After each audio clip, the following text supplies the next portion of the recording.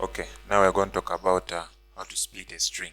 Split, which means just how to divide a string or take parts of a string.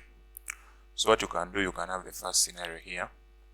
So I have a string here called sentence, which says this is a Python tutorial about idioms. So then now I call sentence.split. But here I want to split wherever there is a comma, and after the comma there is a space.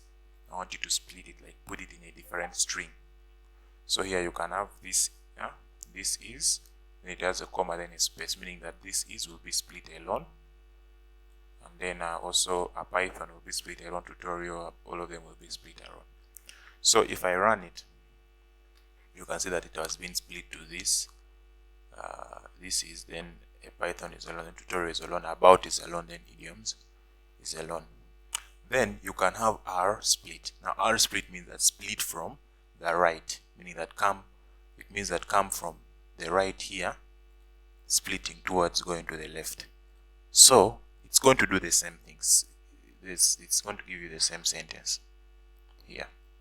This is a tutorial about idioms, still the same split as the previous one. But then what's the use of it? The use of it comes here in the third sentence here. So in the third sentence here, if I wanted to say, okay, fine, I want you to split this sentence according to where there is a comma and a what? A dot. But I want only two of them, like split only twice. Meaning that it's going to start counting from the right twice. So it will come from the right here, pick idioms, put it alone, then come from here, pick about, put it alone. So now there are two. After that, the rest it will put it in its own string.